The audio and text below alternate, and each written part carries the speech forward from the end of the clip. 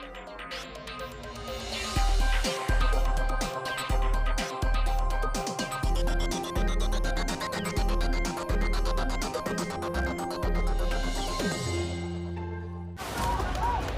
the world is in crisis การแก้ไขปัญหาโควิดถือเป็นวาระแห่งชาติ and people are looking for hope and answers, Thai PBS World is there with you with the best minds of the day. Join us on Thai PBS World tonight, every weekdays at 7 p.m. Thai PBS World, we bring Thailand to the world. So good evening. Welcome to Thai PBS World. I'm Thep Chayong. And I'm Nad Bonag. Good night. Starting this Monday, I think our life will return to normal. So that's definitely good news for everyone here because we don't need to rush back home by 11 p.m. That's right, because the curfew, which has been in force for over 2 months now, will end. And that means, as you said, you will no longer need to hurry home to beat the 11 p.m. to 3 a.m. curfew, as you have been doing over the past several weeks. So I guess it's really time to celebrate now, Kuntepchai. Definitely, we should. So the latest on COVID-19 in Thailand, there are 4 new infections as of today, but on the brighter side, there are no locally transmitted cases. So according to the CCSA spokesman, Dr. Tawisin Wisanu-Yotin, the 4 new cases all came back from India last Friday. Most of them are domestic workers, including 1 masseuse. This brings a total number of infections in Thailand to 3,129 cases with 2,987 recoveries, as well as 84 others still in hospital, whilst the death toll in Thailand still remains at 58. Besides the new cases, yesterday evening there were 2 flights from Taiwan which carried 186 Thai citizens back to Suvarnabhumi Airport. 9 of them had fevers and were immediately sent to hospital, whilst the rest were taken to quarantine facilities in Chonburi province. So overall, this is still good news, Kunnat, because it has been 18 consecutive days now that we haven't had a single locally transmitted infection case. So let the good news stay that way, right? So let's keep that curve this way for at least a couple of weeks. That's right. And we just, as we mentioned earlier, that starting this coming Monday, life for Thai people will return to normality. Basically, all the businesses and social activities which have been suspended for over 2 months now because of the pandemic will be allowed to resume. And more importantly, the curfew will be abolished. That means there will be no more restrictions on the hours you can spend outdoors. The current 11 p.m. to 3 a.m. curfew has been in force since April the 3rd. The curfew was designed mainly to curtail nighttime activities that medical authorities were afraid would contribute to the spreading of COVID-19. Of course, you can certainly say that life will return to normal again on Monday unless you consider such places as pubs, nightclubs, and beer halls as being an essential part of your life. Because unfortunately, these venues will continue to be off limits. But the Center for COVID-19 Situation Administration, headed by Prime Minister Prayut Chan-o-cha, today decided to retain the state of emergency. Its rationale is that the draconian law is needed to ensure that the government has a legal tool to act swiftly and effectively in dealing with any emerging crisis. And besides the ending of the curfew, now let's take a look at businesses and social activities that will be allowed to resume on Monday. So these are the list of businesses that are allowed to reopen during phase 4 of the lockdown easing in Thailand. So right now, meaning phase 4 that is coming up around next week, alcohol sales in restaurants, food shops, and hotels are allowed with the exception of pubs and bars, which will still be closed during phase 4. Convention centers, trade exhibition centers as well as hotel functions can resume during phase 4. So it's a good opportunity for trade fairs as well as exhibitions to resume after it has been postponed due to COVID-19. These are among the hardest hit sectors of the society, so good news for them. Sure. There are other businesses that are due to reopen during phase 4, which is next week.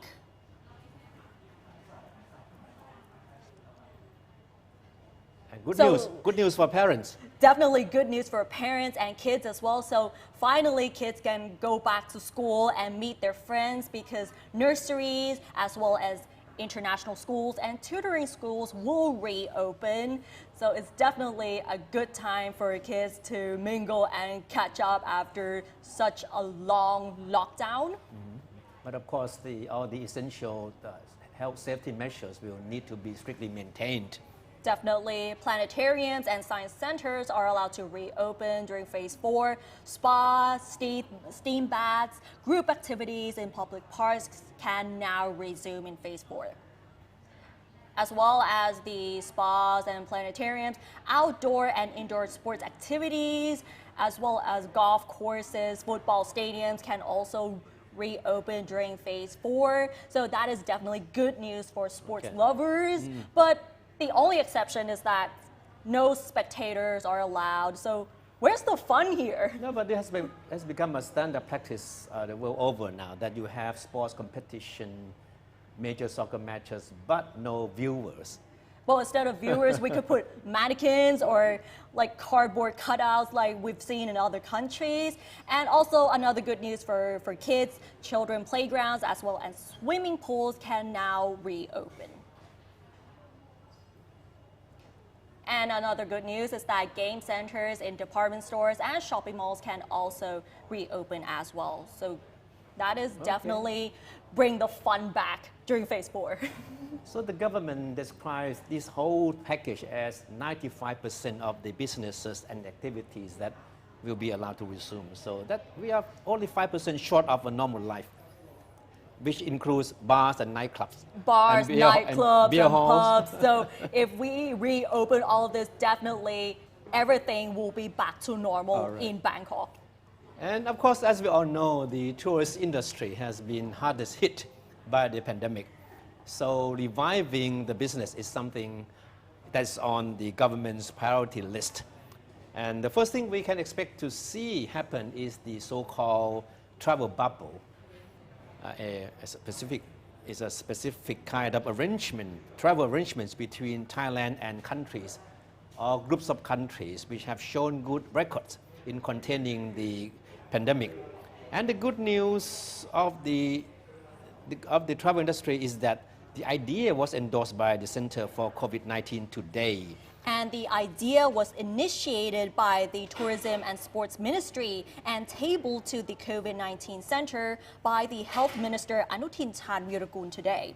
Anutin said the proposed travel bubble will see Thailand pair with countries or groups of countries that have successfully contained the virus. Travelers under this scheme, however, will still need to be subject to very strict screening and health control.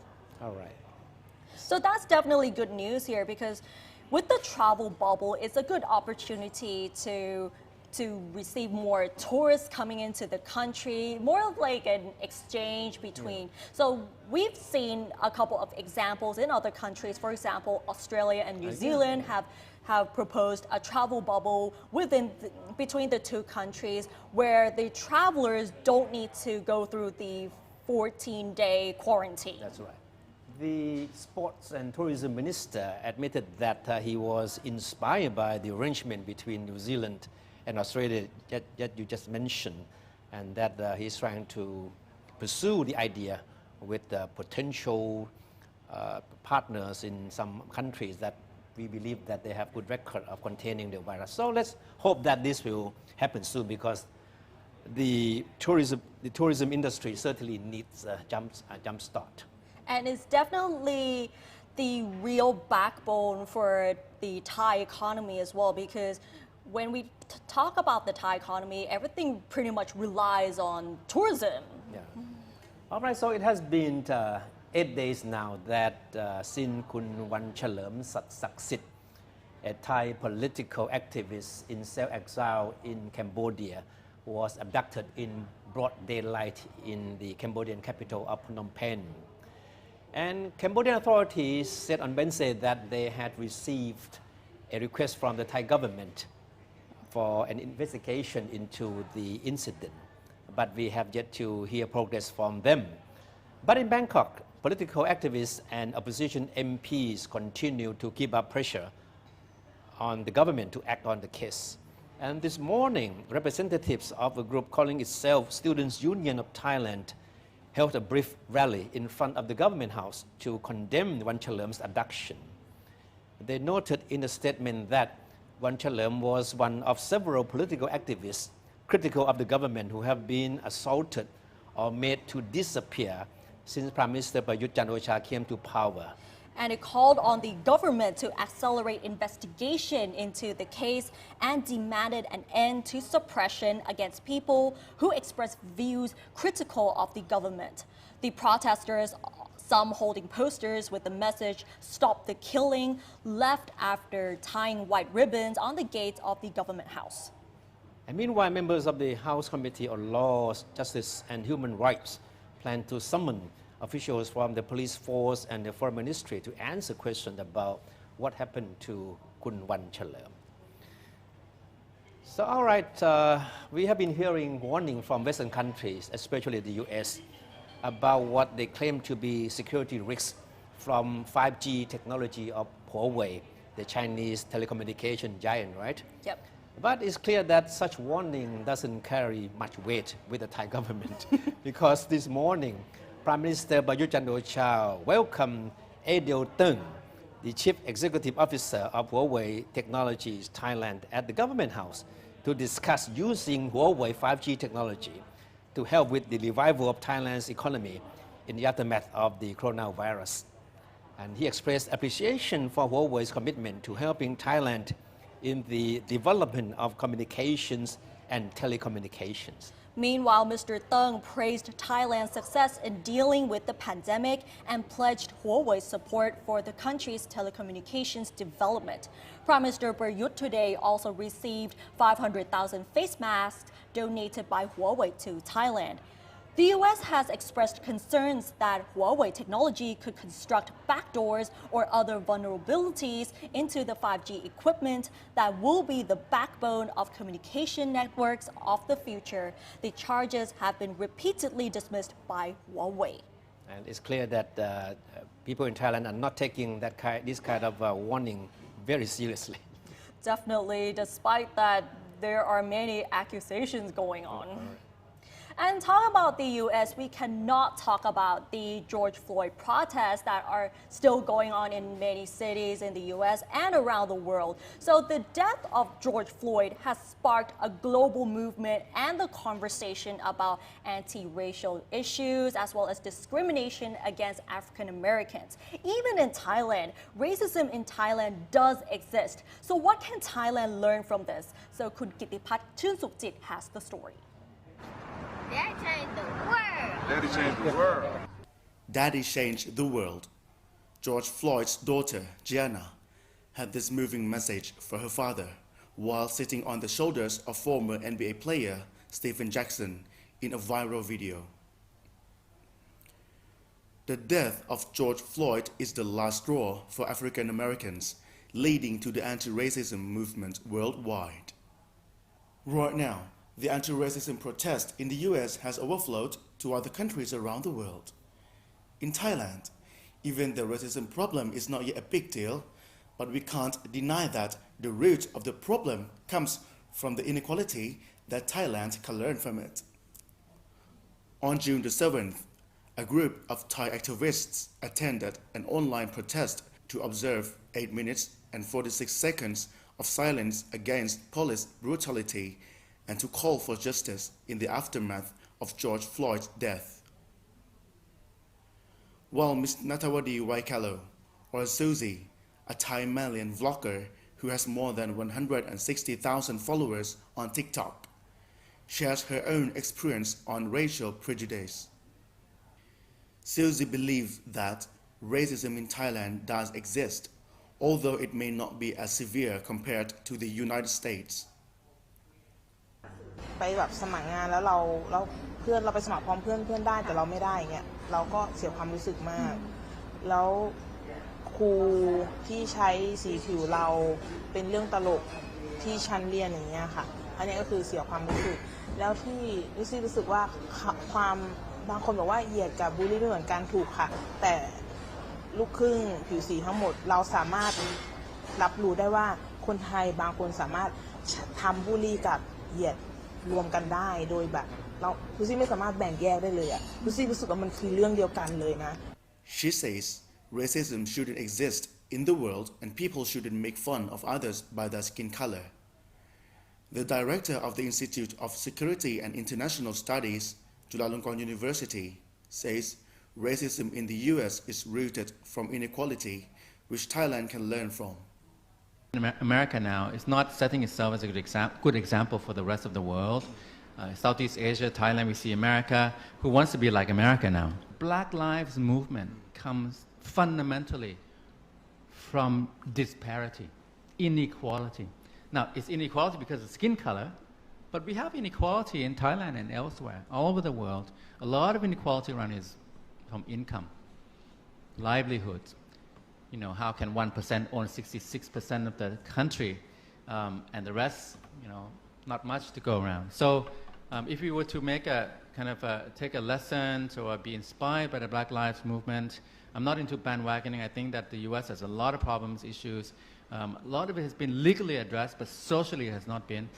Phil Robertson, Deputy Director of Human Rights Watch Asia Division, said the training for new police officers is necessary. I would recommend that Thailand should be implementing a clear anti-discrimination piece of training for new officers to ensure that they are in fact responding to the demands of the Black Lives Matter movement around the world, and then also that Thailand is in a good position to be able to respond when these things come up. You know, it's important for Thailand to realize that when stories of racial discrimination come out of Thailand, it deters other black people from coming to Thailand in the future. He also says it is important to have protests for human rights around the world, and there's no reason to cease the protests in other countries.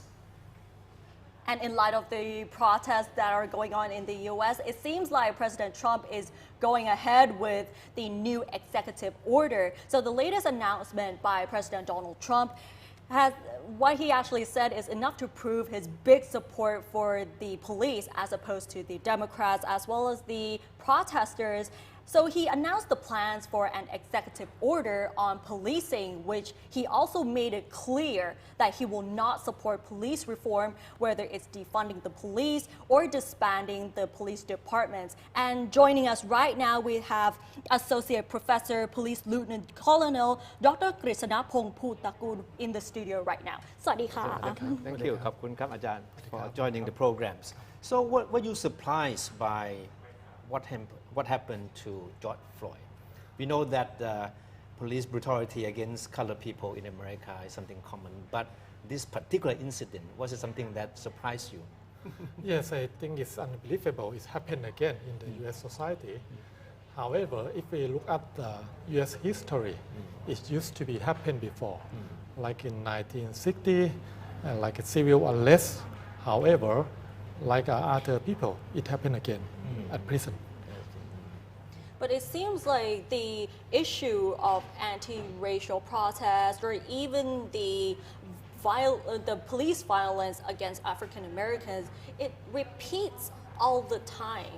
So why does it seem like the U.S. cannot solve this issue in your perspective? Actually, police misconduct happen everywhere in the world, not only in the U.S. society. However, we have to think about how we can solve this situation. So policymakers play a major role for dealing with this situation. So we were talking about the police reform in the U.S. So what about the reform? What does it mean for the reform in the U.S.? Is it something possible? Yes, it's like in Thailand. Yes, yeah. And different society have different contexts, right? So what you have been closely following the police affairs in the U.S. of course as a former police officer. Yep. And you have done a lot of research on this topic. So what do you think are some of the major problems with the policing in the U.S.? I think firstly, I think it's about racism and discrimination. And secondly, it's about the policy. And thirdly, it's about the human rights, citizens' rights that have been judged differently between the black and the white. So I can say if we talk about police reform in the U.S. and we would like to reform this issue, so we have to look back at all of these issues that I mentioned earlier. Yes. We need to maybe look at the policy for reforming the force again, or we have to talk about racism, or we need to talk about how we need to treat people fairly, and justice. That is the key point. So with President Trump moving forward with the new executive order on policing, do you think he's doing the right way, or is there something that he could have done? Yeah, that is would be one key factor that we can expect to reform the force in the U.S. However, it depends on the citizens, it depends on the chief of the police, and it depends on the policy at local level and state level too. It does not mean the President of the United States announced to the public, I'm going to reform the police force, and that's it. It's not like that, like in Thailand. Yes. So you think there's a problem with the structure of the police force? Yes, police structure and police public relation and public's view towards the police. Yes. And police themselves too, what they think about the police reform. If they realize, oh, we are good enough, we don't want to reform, that's it. What happened next? Yes. And that does seem to be a sentiment among many police officers and even among politicians themselves that what they have now is good enough. There's no need to reform, right? That's the issue. Yes, it depends on the policy makers, right? What they think about the reform, right? Yes. If they agree, yes, we need to reform the force, just go ahead and done it. I see. Do you see any similarities in the problems that exist in the U.S. police force and in the Thai police force? Are there any similarities, the problems part? Yes. A few things that I think look similarity. First one is unfair, means unfair police operation. And the second one is treatment, how the police treat the people. Yes. And the third one, the policy makers. Because in general, the policy makers, they just announce to the public would like to reform. And then it seems to me they don't want to reform, but they just would like to control the power for themselves, like in Thailand. Yes. So in Thailand, we have been hearing, pledges for reform for many, many years now, right? And nothing has happened. Is that the case? We can claim that recently, military state coup, right? And they announced to the public, we are going to reform the force. They said like that. But what happened next? I want to talk about this, but I think the public in Thailand can judge what happened. Yes. We see, right? Yeah, I understand what you mean. Yes. Okay. All right. But with the police reform in the U.S., is it that easy to do? It's hard everywhere in the world for police reform. Back to my point again, if the government leader would like to reform, and how about the structure and what you're going to do? What about your plans? Yes. Like in Thailand, when the government leader talk about police reform and promise to the public, I'm going to reform the police force. What you going to do next? That's right. That's right. Yeah, the action certainly needs a lot of a commitment. Right? And also, the police themselves they would like to see a big change in the organization too. And the public in general would like to see a big change in the society. No, but this time around in the U.S., we have to admit that the public's reaction to the police brutality against George Floyd is unprecedented, very widespread. Do you think because of this, it will somehow lead to greater hope of seeing changes in the police force? In my opinion, I think they would do some, the policy maker, like cut the budget support for policing or dismantle the police force. However, it's not easy job to do that, and it takes time, and it depends on the government chief, police chief in each state, county too. Nonetheless, I think in the U.S. society now, the public in general would like to reform the force. Just work. Actually, the police themselves must operate in accordance with democratic principles, not for their own benefit or politician benefit. Like you said earlier, that police misconduct, we can see that almost everywhere in the world. But compare the police misconduct in the United States and in Thailand, which sort of punishment is harsher compared with the two cities? According to the recent surveys in the U.S., it has been found that police misconduct seem to be less and less. Unlike in Thai society, we still talk about police reform, right? Yes, that's right. So, and if we look at the survey in Thailand, we found that more than 70% of the public in general believe that the police remain unchanged in terms of police misconduct. You know, as we mentioned earlier, that we have been talking about reforming police in Thailand for many, many years, and it doesn't look like things are going anywhere. But with what is happening in the U.S., do you think we should take this opportunity to learn something from it, and this lesson to be used in sort of pursuing our own ways of reform in Thailand? Yes, of course, we need to learn the police history in the U.S. We need to learn how the police can operate like a professional conduct. And we need to learn about democratic principles from the U.S. Right? Yes, of course,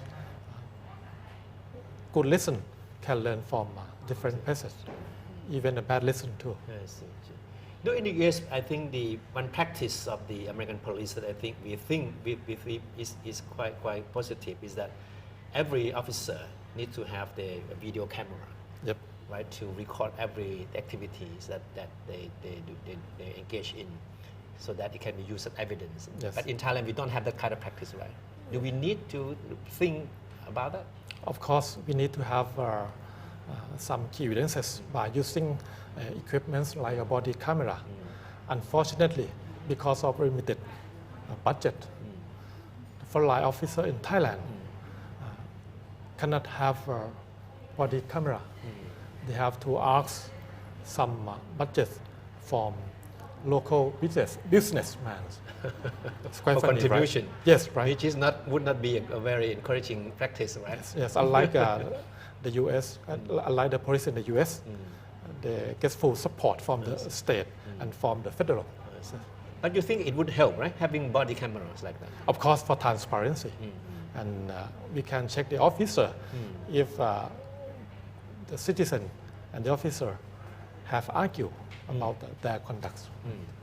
But talking about the proposal by the Democrats the other day, one of the proposals besides the body cameras, there's another issue on no-knock warrants.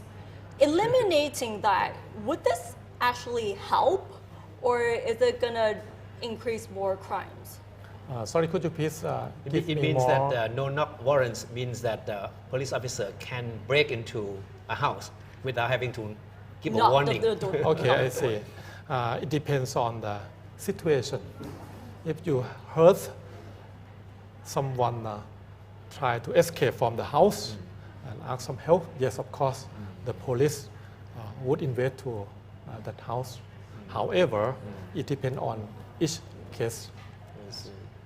No, but one thing that's interesting about the structure of the American police force is that police in the US are allowed to form union, right? And they can make contributions to politicians, to political parties in the names of the union. So is that something that we should think about in Thailand? Yes, actually I think in Thailand we should have some key mechanism for running policing activities fairly for the public. Like I mentioned earlier, the police must operate in accordance with democratic principle. The police have to work on public interest, not their own interest or politicians' one. Yes. Right. No, but of course you are familiar with how the U.S. police work. Do you think they are as professional as any other police officer in other parts of the world? Professionally speaking. It depends on different factors, like budget support, training, recruitment. If we do all of these things and we check the standard and keep the standard, it would run the policing activity very well. Yes. Okay. Support from the government, equipment. Right? Yep. Local budget, local state, county, or even civilian. Civilian in the U.S. can work closely with the police. Yes. You know, in any way, do Thai police have something that's similar to racial discrimination against people in the society? I think we may not have the problem like that, but in my opinion, we have some problems like social status.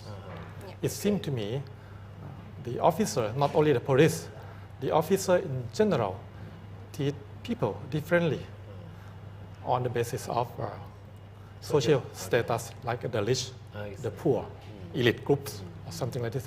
Obviously, if you look at the prisoner statistic in Thailand, it has been found that more than 60 or 70% come from grassroots or even middle class. And how about the rich and elite group? Or they don't commit crime, or social discrimination.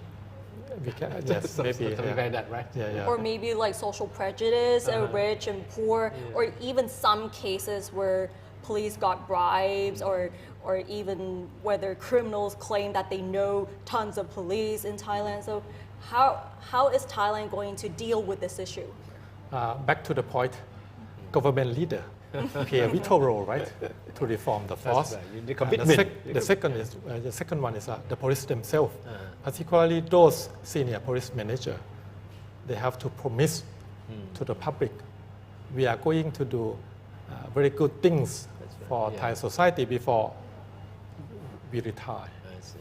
Now, what I would like to see is sort of a commitment from political parties in elections that they would put reforming police as one of their priorities in their platform. But I have never seen any political parties that do that.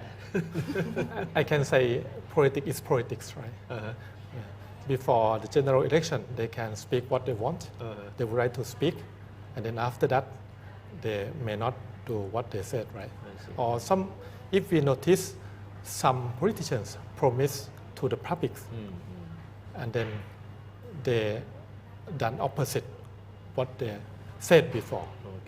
I don't want to mention it. Understood. Perfectly understood.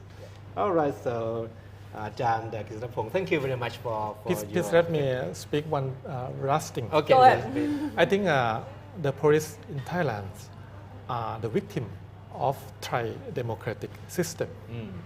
Thai democratic system. Okay. I would stress this point. A victim. The victim. Okay, can you expand a little bit on that? We need. In what sense? Yes, we have to interpret the democracy, democratic principle between Thailand and the US. Okay. So it means the police have to work without full support from the government. For example, they have to buy their own pistol, they have to buy their own laptops. What happened? Police corruption. Okay. But the public in general expect them to work very hard, that's work true. very That's well, true. done routine policing activity very well. All right. Okay. Thank you very much for your Thank you very much perspectives and for comments. Very inviting helpful me, indeed. yes. Give us a very close look into the system. All right. Good. So that's all for the Thai PBS World tonight for the English service. So, but please stay tuned. In the next few minutes, we'll come back in with our Thai language service. So, and for tonight, we'd like to thank Professor once again for joining. Thank you for inviting me. All right. Thank you very much. Okay. So thank you very much for watching. So that's all for tonight.